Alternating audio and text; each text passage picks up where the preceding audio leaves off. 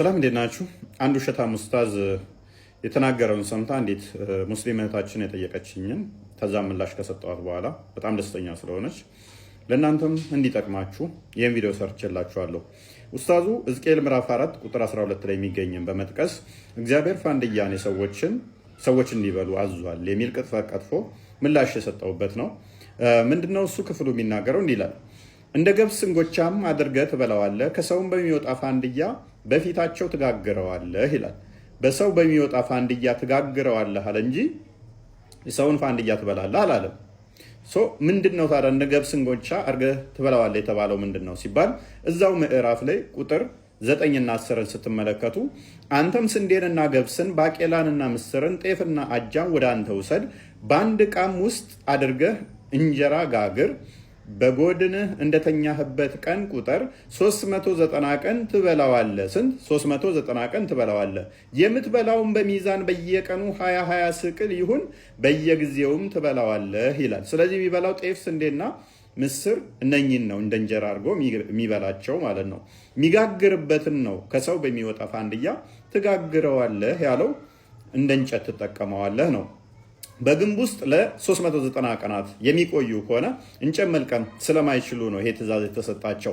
ለእስራኤሎች እዛው እንዳይጸዳዱ እንደ መሐመድ ወይም እንደ ሳባዎቹ ወይም ደግሞ እንደ መሐመድ ሚስቶች በየሜዳው ላይ ዝም ብለው ተጸዳድተው ትተው እንዳይሄዱ እንደዚህ ብሎ አስዟቸዋል አስቀድሞ።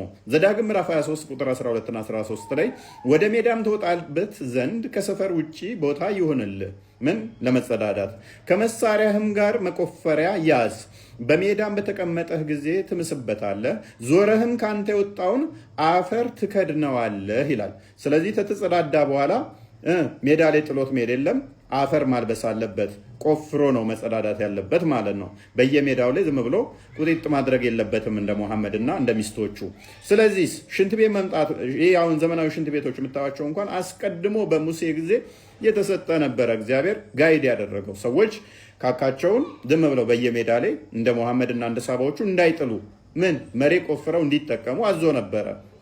ነገር ግን በዛች በከተማ ውስጥ በግንቧ ውስጥ ለ390 ቀን የሚቆዩ ከሆነ ከከተማው ወይንም ደግሞ ከግቢያቸው ወጥተው ያንን ማድረግ ስለማይችሉ እንደ ማገዶ እንዲጠቀሙት እግዚአብሔር በኃጢአታቸው ምክንያት ነው ይህንን ትእዛዝ ሰጣቸው። ነገር ግን ንስሐ ገቡና ይህንን ማድረግ ስለተጠየፉት ንስሐ ሲገቡ እግዚአብሔር እንደዚህ አላቸው። እዛው ምዕራፍ ላይ ቁጥር 15 ላይ ሕዝቅኤል ምዕራፍ 4 ማለት ነው። እርሱም እነሆ በሰው ፋንድያ ፈንታ ኩበት ሰጥቼዋለሁ፣ በእርሱም እንጀራህን ትጋግራለህ አለኝ ይላል። ስለዚህ ፋንድያን ተወና በሰው ፋንድያ ቦታ ምን ሰጠው? የእንስሳት ኩበትን እንደ እንጨት እንዲጠቀሙ ፈቀደለት ማለት ነው። በእስልምና ይሄ ኩበትም የወንድሞቻችሁ ምግብ ነው ብሏል መሐመድ። የወንድሞቻችሁ ምግብ ስለሆነ በሱ እንዳትጸዳዱ ብሏል። ሳይ ሙስሊም 450 ላይ ታገኙታላችሁ። ጅኒዎችና ጋነንቶች የሙስሊሞች ወንድሞች ስለሆኑ ኩበት የወንድሞቻችሁ ምግብ ነው እንዳትጸዳዱበትም እንዳትሉት ብሏል። ኤንዌስ ብቻ ምን አድርጎ አለ? በፋንድያ ፋንታ ኩበትን እንደ እንጨት ገጠሩ ላይ ይጠቀሙታል። ስቲል አሁንም ይሄ የሚያስጸይፍ ነገር አይደለም እንደ እንጨት መጠቀም። ኢቭን በፋንድያ ራሱ በሰው አንድ ዶ ቢጠቀመው ዚስ ማሽ አጸያፊ አይደለም። ባዮጋዝ አለ አሁን ላይ ታስታውሳችሁ፣ ከተማ ውስጥ የምንኖሩ ባዮጋዝ አለ። ባዮጋዝ ቆሻሾች የሚሰራ ነው። ያደጉት ሀገራት እንኳን የሚጠቀሙት ነው። አስቀድሞ የዛሬ 1000 ዓመታት በፊት እግዚአብሔር ይሄንን ለሙሴ ነግሮት ነበረ እንዴት ሽንት ቤት መጠቀም እንዳለበት። ስለዚህ ይሄ የሚያስጸይፍ ወይንም የሚያስቀይም አይደለም። ብሉት አልተባልንም። ብሉት ሳይሆን የተባለው እንደ እንጨት ተጠቀመው ብሎት ነበረ። እሱንም እንደ እንጨት አንድዶ ለመጠቀም ስለተጸየፈው በፋንድያው ፋንታ ኩበት አድርጎለታል። በእስልምና ግን የሰው ካካን እኔ ካካልኩበትን ሙስሊሞች መጉመጥመጥ ውዱ ማድረግ በሱ ይችላሉ። ነብያቸው ሰዎች ያሉበትን፣ ውሾች ሞተው የተጣሉበትን፣ ሴቶች ፔሬድ ጨርቅ የጣሉበትን በሱ ይጉመጠመጥ ነበር ሙሐመድ።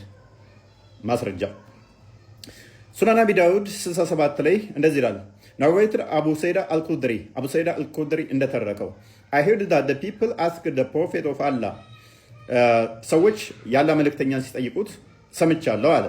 water is brought for you from the well of Buddha ውሃ ከቡዳ የሚባል ጎሬ ውስጥ መጥቶልሃል ብለው ይነግሩታል ማለት ነው።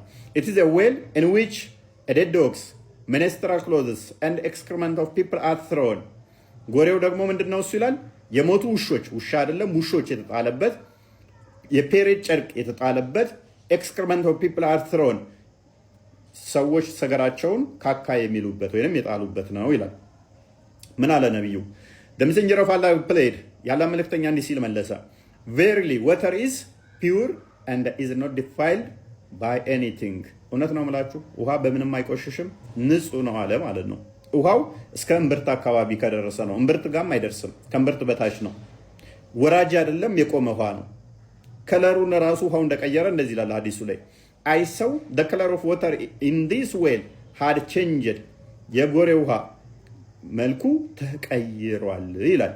ነብዩ ምን ያደርጋል? በዚህ ውዱ ያደርጋል። አንድ ሐዲስ ልጨምርላችሁ። ሱናን ናሳኢ 327 ላይ ግሬዱ ሰሂህ ነው።